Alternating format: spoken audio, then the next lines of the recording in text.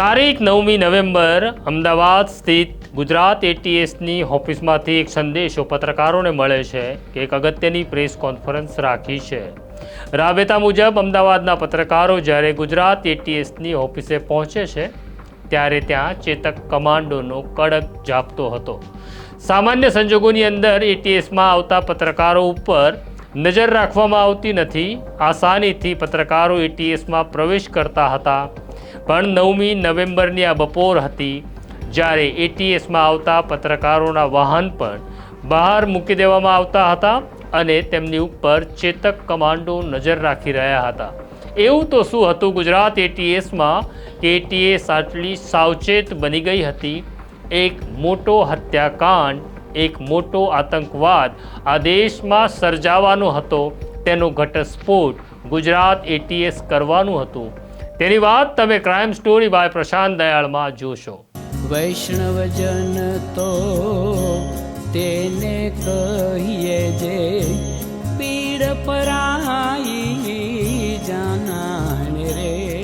નમસ્કાર, હું છું તમારો પ્રશાંત દયાળ। વાત કરવી છે તારીખ 9મી નવેમ્બર સવારના અમદાવાદના પત્રકારોને ગુજરાત એટીએસ તરફથી એક જાણકારી મળે છે કે બપોરના 1 વાગે ગુજરાત એટીએસના ડીઆઈજી સુનિલ જોશી પત્રકાર પરિષદ કરી રહ્યા છે અને અમદાવાદ ગાંધીનગરના એસજી હાઈવે ઉપર આવેલી ગુજરાત એટીએસની ઓફિસ, આમ તો ત્યાં ચુસ્ત બંદોબસ્ત હોય છે। ગુજરાતના ચેતક કમાન્ડો તેની નિગરાનીમાં સાવચેતી પણ રાખતા હોય છે, પણ 9મી નવેમ્બરનો દિવસ કંઈક જુદો હતો। એટીએસના તોતિંગ દરવાજાને બંધ કરી દેવામાં આવ્યા હતા। માત્ર એક જ વ્યક્તિ પ્રવેશ કરી શકે એટલો જ દરવાજો ખુલ્લો હતો। સામાન્ય દિવસોમાં એટીએસમાં આવતા પત્રકારોના વાહન એટીએસના કેમ્પસમાં પાર્ક થતા હતા, પણ આજે સૂચના હતી કે સરકારી વાહનો સિવાય કોઈ વાહન ગુજરાત એટીએસમાં દાખલ નહીં થાય, કારણ કે અહીંયા એવા આતંકીઓને લાવવામાં આવ્યા હતા જેમનું મોડ્યુલ નવું હતું। ગુજરાત પોલીસને જ નહીં, દેશને આઘાત લાગે, દેશની પોલીસ ચોંકી જાય એવા મોડ્યુલના આધારે હજારો લોકોની કતલેઆમ થવાની હતી, તેનો ઘટસ્ફોટ ગુજરાત એટીએસ કરવાનું હતું। વાત એવી છે કે સેન્ટ્રલ આઈબી દિલ્હી તરફથી ગુજરાત એટીએસના ડીવાયએસપી શંકર ચૌધરીને તારીખ 6ના રોજ એક એલર્ટ મેસેજ આવે છે અને એલર્ટ મેસેજમાં સૂચના હતી કે આતંકી પ્રવૃત્તિ સાથે સંકળાયેલો હૈદરાબાદનો અહેમદ સૈયદ અમદાવાદ આવી રહ્યો છે। ગુજરાત એટીએસે પોતાની ટીમોને તૈયાર કરી બીજા સંદેશ માટે। ત્યાર પછી સેન્ટ્રલ આઈબી તરફથી કારનો નંબર અને અહેમદ સૈયદનો ફોટોગ્રાફ્સ પણ મોકલવામાં આવ્યો। તાત્કાલિક ગુજરાત એટીએસની ટેકનિકલ સર્વેલન્સ ટીમ આ વિષય ઉપર કામ કરવા લાગી। તમામ ટેલિફોન નંબરોને સર્વેલન્સમાં મૂકી દેવામાં આવ્યા અને એક એવી ઘટનાનો ઘટસ્ફોટ થવાનો હતો જેનો અંદાજ ગુજરાત એટીએસને પણ નહોતો। કોણ છે આ અહેમદ સૈયદ એ પણ જાણવું જરૂરી છે। અહેમદ સૈયદ મૂળ હૈદરાબાદનો રહેવાસી છે। તે 2008થી 2014 સુધી ચીનમાં હતો અને ચીનમાં તેણે MBBSનો અભ્યાસ કરી ડૉક્ટરની ડિગ્રી લીધી। 2014માં તે ભારત પાછો ફરે છે અને પાછો આવ્યા પછી મેડિકલ કાઉન્સિલ ઓફ ઇન્ડિયામાં તેનું રજિસ્ટ્રેશન કરાવવાને બદલે તે ડૉક્ટરી કરતો નથી, પણ તે હૈદરાબાદની અંદર એક રેસ્ટોરન્ટ શરૂ કરે છે। સેન્ટ્રલ આઈબીના રડારમાં તે ત્યારે આવ્યો કે જ્યારે તે અફઘાનિસ્તાનના અબુના સંપર્કમાં આવ્યો। સોશિયલ મીડિયાના મારફતે અબુ એ ત્રાસવાદી પ્રવૃત્તિ સાથે સંકળાયેલો આંતરરાષ્ટ્રીય ચહેરો છે। આ અબુ ખાલિદ જે અલગ અલગ દેશોની અંદર અલગ અલગ મોડ્યુલ તૈયાર કરે છે, જેના સકંજામાં અહેમદ સૈયદ જે ડૉક્ટર છે વ્યવસાય, તે પણ આવી ગયો હતો અને કાફરોની હત્યા કરવાનો મનસૂબો તેણે તેને બરાબર શીખવાડ્યો હતો। હૈદરાબાદની અંદર રેસ્ટોરન્ટ ચલાવતો અહેમદ સૈયદ તારીખ 6ના સવારે અમદાવાદ પહોંચે છે અને અમદાવાદના લાલ દરવાજા વિસ્તારમાં આવેલા જાણીતા લકી ટી સ્ટોલ સામેની એક હોટલમાં તે રોકાય છે। ગુજરાત એટીએસના રડારમાં તે તારીખ 6થી જ હતો। ગુજરાત એટીએસ તેની હરકત ઉપર ધ્યાન રાખી રહી હતી, કારણ કે હજી સુધી એવી કોઈ ઠોસ માહિતી મળી નહોતી કે અહેમદ સૈયદ શું કરવાનો છે. આ દરમિયાન સેન્ટ્રલ આઈબીએ જાણકારી આપી કે અહેમદ સૈયદ ઉત્તર ગુજરાત તરફ જવાનો છે, એટલે ગુજરાત એટીએસની ટીમોને ઉત્તર ગુજરાતના માર્ગો ઉપર તૈનાત કરી દેવામાં આવી હતી. અહેમદ સૈયદનો જે નંબર હતો તે સતત સર્વેલન્સની અંદર હતો. તેની મૂવમેન્ટ એટીએસને ખબર પડી રહી હતી, એટલે એટીએસની ટીમોને કલોલ તરફ રવાના કરવામાં આવે છે. અહેમદ સૈયદ અમદાવાદના લાલ દરવાજા વિસ્તારમાંથી નીકળી કલોલ તરફ જાય છે, એટલે ટીમો તેની બરાબર પાછળ લાગી હતી. ત્યાં એક બીજો એલર્ટ મેસેજ આવે છે. અહેમદ સૈયદ કલોલથી પાછો અમદાવાદ તરફ આવી રહ્યો છે તેવી બીજી સૂચના મળે છે, એટલે એટીએસના પોલીસ ઇન્સ્પેક્ટર નિખિલ બ્રહ્મભટ્ટને તાત્કાલિક અડાલજ ટોલ નાકા ઉપર મોકલવામાં આવે છે. કારનો નંબર અને અહેમદ સૈયદનો ફોટો તેમની પાસે હતો. આ તારીખ છે તારીખ 7મીના રોજ મોડી રાત્રે આ ઓપરેશન પાર પાડવાનું હતું. અડાલજ ટોલ નાકા ઉપર 4 ચેકપોસ્ટો આવેલી છે. ઘટના સ્થળે પહોંચેલા police inspector Nikhil Brahmbhatt toll પ્લાઝાના મેનેજરને પોતાની ઓળખાણ આપી 3 ટોલ પ્લાઝા બંધ કરી દેવાનું આદેશ આપે છે, એટલે બેરિકેડ મૂકી દેવામાં આવે છે. માત્ર 1 ટોલ પ્લાઝાને ચાલુ રાખવામાં આવે છે. વાહન છે કલોલ તરફથી આવી રહ્યું હતું.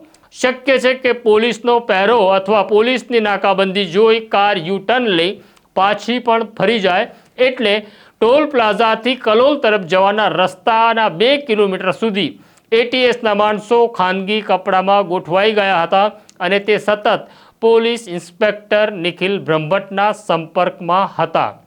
આ દરમિયાન રાત્રે લગભગ 10:30-11 વાગે કલોલ તરફથી એપી પાસિંગની એટલે કે હૈદરાબાદ પાસિંગની આંધ્રપ્રદેશ પાસિંગની એક કાર આવતી એટીએસના અધિકારીઓ જોવે છે. તેમની સાથે પંચો હતા અને બીએનએસના નવા કાયદા પ્રમાણે કોઈને પણ પકડવો હોય અથવા તલાશી લેવી હોય ત્યારે વિડીયોગ્રાફર હાજર રાખવો પડે, એટલે એપી પાસિંગની કાર આવતા એટીએસ એલર્ટ થઈ જાય છે.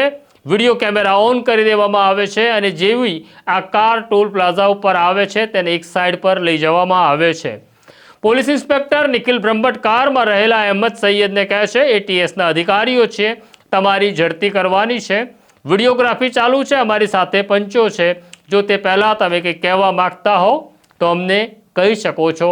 પણ અહેમદ સૈયદ ઇનકાર કરે છે, એટલે પોલીસ વિડીયોગ્રાફી સાથે કારની ઝડપી કરે છે અને ઝડપી દરમિયાન પોલીસને એક બેગ મળે છે, જેમાં એક ઇટાલિયન બનાવટની અને બીજી 2 પિસ્તલ અને 30 કાર્ટીઝ મળી આવે છે. આ ટેરર મોડ્યુલ હતું, એટલે પોલીસને શંકા જાય છે કે ટેરર મોડ્યુલ આ પ્રકારના નાના હથિયારનો ઉપયોગ કરતું નથી, તે ઓટોમેટિક હથિયારોને લાવે છે. ટીમ એક હતી જે નિખિલ બ્રહ્મભટ્ટની, તેનું કામ પૂરું થયું એટલે તાત્કાલિક અહેમદ સૈયદને ગુજરાત એટીએસમાં લાવવામાં આવે છે, જ્યાં આગળ એટીએસના ડીઆઈજી સુનિલ જોશી, એસપી કે સિદ્ધાર્થ અને એસપી કે પટેલ આ આરોપીની એટલે કે અહેમદ સૈયદની પૂછપરછ શરૂ કરે છે. તેની પાસે મળેલા હથિયારો ક્યાંથી આવ્યા તેની જાણકારી માગે છે. આ દરમિયાન એક ટીમ એટલે કે ત્રીજી ટીમ જે ટેકનિકલ સર્વેલન્સ કરી રહી હતી તે તેના મોબાઈલ ફોનને તપાસવાની શરૂઆત કરે છે. ત્યારે તેના ફોનમાંથી ટેલિગ્રામનો એક મેસેજ મળે છે. આ મેસેજ અફઘાનિસ્તાનથી ટેલિગ્રામ દ્વારા કરવામાં આવેલો હતો, જે અબુ ખાલિદનો હતો. આ આંતરરાષ્ટ્રીય ટેરરિસ્ટ છે. અબુ ખાલિદ અને ડૉક્ટર અહેમદ સૈયદ એકબીજાના સંપર્કમાં હોવાનું ત્યાં પ્રસ્થાપિત થયું હતું. પણ સવાલ એવો છે કે હથિયાર આવ્યા ક્યાંથી? આ જાણકારી જ્યારે પૂછવામાં આવી ત્યારે અબુ ખાલિદે એક નંબર આપ્યો હતો કે જો કોઈ મુશ્કેલી પડે તો એ મુશ્કેલીમાં આ નંબરનો ઉપયોગ કરવો. એટલે જ્યારે એટીએસ મોબાઈલ ટ્રેસ કરી રહી હતી ત્યારે ખબર પડે છે કે આ હથિયાર આપનાર આઝાદ અને તેની સાથે રહેલો એક સાગરીત જે ઉત્તર પ્રદેશથી આવેલો છે, તે લોકો કલોલ સુધી હથિયાર આપવા આવ્યા હતા. એટલે તાત્કાલિક 5મી ટીમ જેને લીડ કરી રહ્યા હતા ડીવાયએસપી વિરજીત પરમાર અને ડીવાયએસપી કે પટેલ, તે તાત્કાલિક ફોન ટ્રેસ કરી લોકેશન ઉપર જવા રવાના થાય છે, કારણ કે આ આઝાદ અને તેની સાથે રહેલો સાગરીત બનાસકાંઠા અને રાજસ્થાનની બોર્ડર પાસે એક આવેલી હોટલમાં રોકાયા હોવાનો સંકેત મળી રહ્યો હતો. 5મી ટીમ તાત્કાલિક ત્યાં જવા રવાના થાય છે અને હોટલમાંથી ઉત્તર પ્રદેશના આ સંભવિત ત્રાસવાદીઓ જેઓ એક મોટી ઘટનાને અંજામ આપવાના હતા તે પકડાઈ જાય છે. તેમને લાવવામાં આવે છે ગુજરાત એટીએસની ઓફિસમાં. આમ તારીખ 7મીના રોજ 2 મોટા ઓપરેશન પાર પાડવામાં આવ્યા. જ્યારે આ મોડ્યુલ વિશે પૂછવામાં આવ્યું ત્યારે ડૉક્ટર અહેમદ સૈયદના ફોનમાંથી કેટલીક ચોંકાવનારી માહિતી મળી, જેમાં રાઇઝન નામનું ઝેર કેવી રીતના બનાવવાનું, કયા કેમિકલ કન્ટેન હોવા જોઈએ તેની વિગત મળતા પોલીસે ફરી તેની પૂછપરછ શરૂ કરી. ત્યારે તેણે એવું કહ્યું કે મેં આ રાઇઝન નામનું ઝેર બનાવી દીધું છે. આ સાયનાઇડ કરતાં ઘાતક છે. માત્ર મિલીગ્રામની અંદર આ ઝેર શ્વાસ દ્વારા કે પછી ખોરાકમાં કે પછી પાણી દ્વારા જો કોઈને આપવામાં આવે તો તેનું મોત નીપજી જાય. આ રાઇઝન નામના ઝેરનો નવું મોડ્યુલ હતું. રાઇઝન નામના ઝેરનો ઉપયોગ કરી દેશના કોઈ ખૂણામાં મોટું આતંકી કામ કરવાનું હતું, જેમાં હજારો લોકોના એક સાથે મોત થઈ જાય અને કોઈને પણ ખબર પડે નહીં. આ રાઇઝનની બાતમી મળતા 6ઠ્ઠી ટીમને તાત્કાલિક વિમાન માર્ગે હૈદરાબાદ મોકલવામાં આવી, જ્યાંથી હવે રાઇઝન કબજે કરવાની કાર્યવાહી ચાલી રહી છે. આમ ગુજરાત એટીએસે 3 લોકોની ધરપકડ કરી છે, જેમાં ડૉક્ટર અહેમદ સૈયદ જે ડિગ્રીથી ડૉક્ટર છે પણ એણે કોઈ દિવસ ડૉક્ટર તરીકેની પ્રેક્ટિસ કરી નહીં, પરંતુ જેહાદ માટે તે હજારો લોકોના મોતનો સામાન તૈયાર કરી રહ્યો હતો. તેનો ઘટસ્ફોટ ગુજરાત એટીએસે કર્યો છે. આખી ઘટનાને એક મોટો અંજામ મળે અને હજારો લોકોના જીવ જાય એ પહેલાં ગુજરાત એટીએસે એક સફળ ઓપરેશન પાર પાડ્યું છે.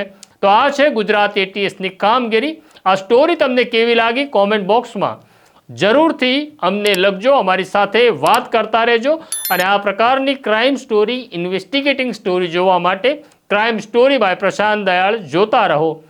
અત્યારે મને, મારા સાથી સોનુસિંહ સોલંકી અને જયંત દાફડાને રજા આપો. નમસ્કાર.